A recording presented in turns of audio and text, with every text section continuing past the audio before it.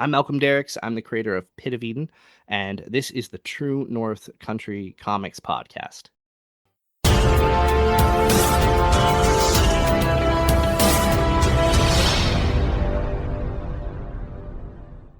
Welcome to the True North Country Comics podcast, dedicated to celebrate Canadian comic book and graphic novel creators and supporters. I'm John Swinimer. On this episode, I chat with Malcolm Derikx about the Pit of Eden comic anthology available on Kickstarter.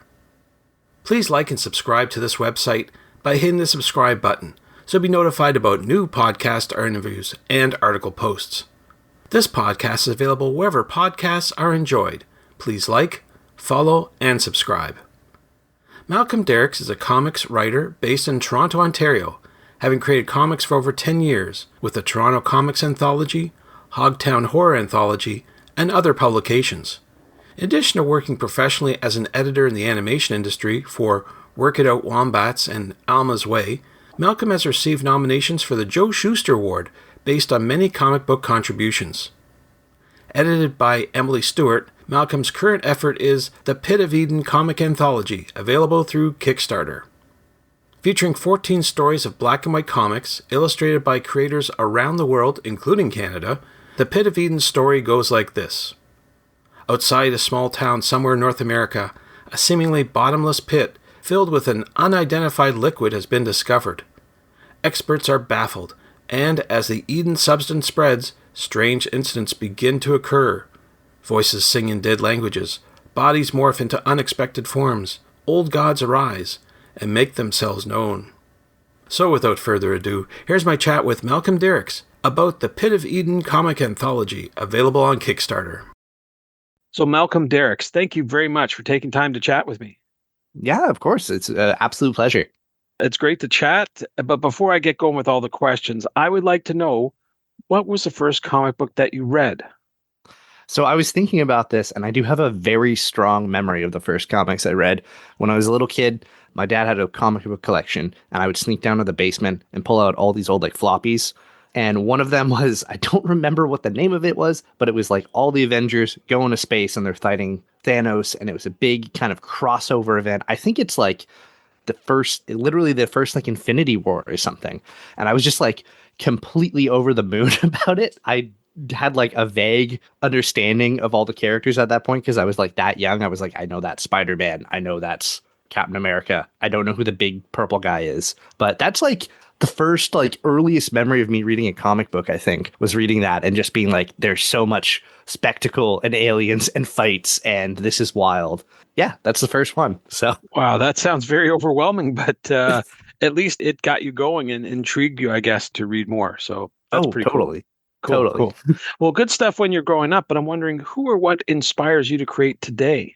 Oh, honestly, as I grew up and took in a lot of different comics, I've started really getting into a lot of horror comics. Big influences on the anthology were a lot of local Toronto creators that I am friends with and I see their work. But also I have to shout out a lot of weird horror comics like Junji Ito, and that sort of kind of wave of Japanese horror was definitely an inspiration with weird kind of body shapes and creatures and stuff. So I think that's where I'm pulling a lot of inspiration from for this book in ways. Yeah. Cool. Yeah. And speaking of this book, we're talking about your new comic book anthology, Pit of Eden. So I wonder if you could talk a little bit about the story if you can. What is the anthology all about? Yeah, so the Pit of Eden is a series of kind of interlinking short stories all about this idea that somewhere in kind of middle of America, the scientists discover this seemingly bottomless pit that's filled with this unidentified substance. And when they look into this substance, there's the singing sounds of angels and languages of pre-Abrahamic religions and stuff. And it's basically this weird kind of cosmic portal where angels emerge from, but not the angels that you and I recognize today. Angels from old religions and old gods and far more eldritch. So it's about these creatures coming out of this pit and changing and morphing people into kind of their truest form and transforming them into who they are at their insides, basically. Ah, okay. Definitely a horror comic book, I guess, at its core, right? Yeah, at its core, it's very horrific, I would say. Yeah. As the writer of this book, I wonder if you could talk about the creators who helped with this anthology. I put out an open call for creators, and I specifically was looking for a lot of queer and like non-binary creators. As one of the other big themes with this book is kind of gender identity and kind of transforming and changing into like who you want to be. Some of them are local to Canada. We have a few local to Toronto, such as like Brenna Baines, who is an artist from the Toronto Comics Anthology, among other projects. But we have quite a lot of people from around the world. There's some other Toronto Comics alumni, like Alina Wahib, and just people from all abouts. I'm trying to think of some other specific names. Michael Robinson, who is involved with Raid to some degree, is also on the project. Yeah, we have people from Europe. I believe we have someone from New Zealand, too, working on it. I think that Selena actually is located from New Zealand. Yeah, there's a bunch of people on the project. Absolutely. I mean, all over the world, it's a global process. But how did you put it all together? I mean, that's the curious thing. I'm always intrigued. You as a writer can write something down and say, okay, I've done my part. But how do you get the other people involved? And what was the creative process?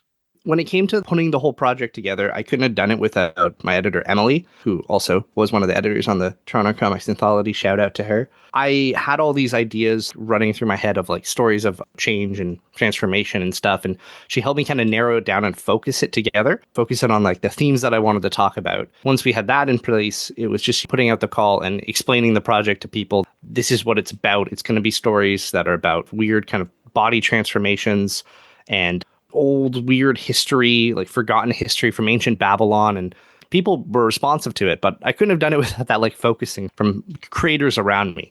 And once I had the comics actually scripted out, it was just a matter of matching it with people's art styles and also like hearing what they wanted out of the project too. When I was putting together the pitch, was asking creators like what they wanted out of the project, I would note down like this person wants to draw creepy bodies, this person wants to draw old angels, this person, they're interested in the fact that I'm incorporating like queer kind of themes and that they want to focus on that for their story.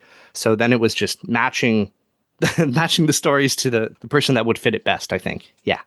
And was there any sort of back and forth with the artist when they started showing you illustrations? Did you go, oh, maybe I should change this story a wee bit or tweak this a bit? Did that sort of thing happen?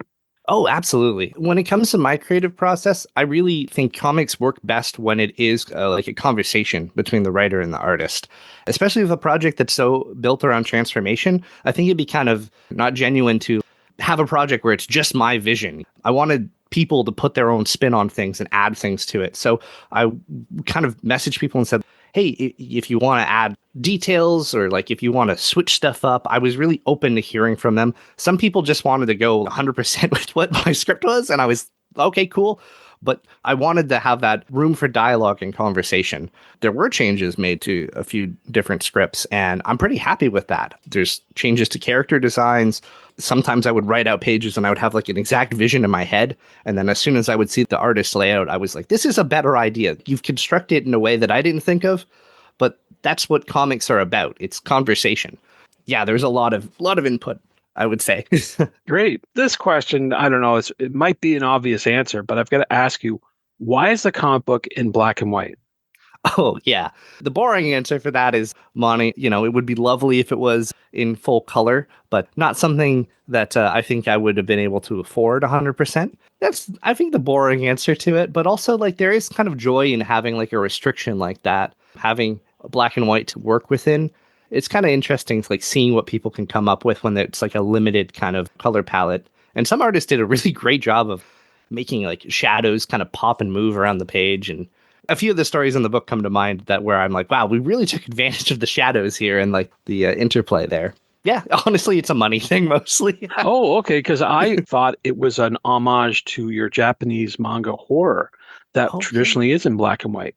Yeah, I feel like you brought up maybe a point that I was like subconsciously thinking about too, because a lot of the time I was looking at reference images and comics that I love that are black and white, and I probably just I don't think color was an option for like monetary reasons, but also like when I think about the project now, I can't really see it with a lot of spiraling colors. Maybe you're onto something there with that, honestly. There you go. Well, because this is a Kickstarter project, I wonder if you could talk a little bit about the incentives for backers.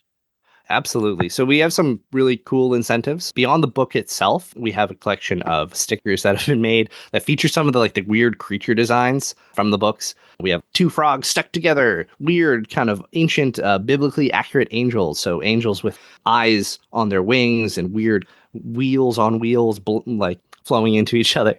But beyond that, we also have some kind of unique stuff, I think. I wrote an additional few stories that didn't make the cut for the book. I put those scripts together with some behind the scenes concept work and also some additional writing. The stories are very influenced by like ancient Babylon and like long dead cultures of the Middle East that a lot of people might not be familiar with. So I wanted to include a lot of like references and things that could add additional value to people reading the book. So there's like one of the incentives and one of the tiers we have is like the lost chapters, we call it, which is additional scripts and some of that extra like behind the scenes archaeological knowledge there. Nice. Well, I know we've been talking about Pit of Eden, but can you talk about your next project? Is there anything you're working on that you can reveal here? This project, Pit of Eden, has taken up almost a year of my life from conception to the Kickstarter now. And I thought I wanted to switch and do like some other project afterwards, but I really just want to make a sequel book, honestly. And I feel like I really was trying to push with this book to have weird experimental stories with not just the creatures within it, but there's some fun stories where we mess with like the flow of the page, like time. And I want to like kind of continue experimenting in that direction. I would love to make like a Pit of Eden sequel where we're incorporating like different elements, maybe having some like prose sections within. The book itself also has some poems that are included within it that kind of thematically match the stories. So I would love to take it in that direction and make it a weird sort of multimedia project for the next one. Do you have any events lined up for this year to help promote your book? Yeah. So I'm going to be at a variety of Toronto arts markets throughout the summer, but probably most notably, we're going to be present at TCAF and also VanCaf. Brennan, one of the artists, will be flying out there with the books and be selling at VanCaf as well. TCAF is, I think, the first real big event where we'll have Pit of Eden available for people. Nice. With everything going on, I'm wondering where should people go online to find out more about your current and future projects? Yeah.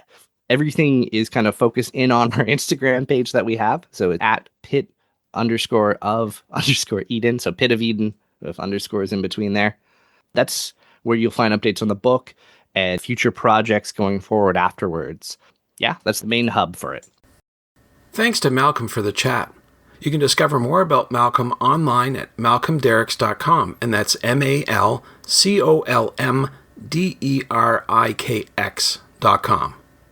You can discover the Pit of Eden Comic Anthology online at Kickstarter and on Instagram at pit_of_Eden. And thank you for tuning in to the True North Country Comics podcast. I invite you to visit the True North Country Comics website to listen to even more conversations with creators about making comic books and graphic novels. Also encourage you to subscribe via the website so you'll be notified about new podcast interviews and article posts. This podcast is available wherever podcasts are enjoyed.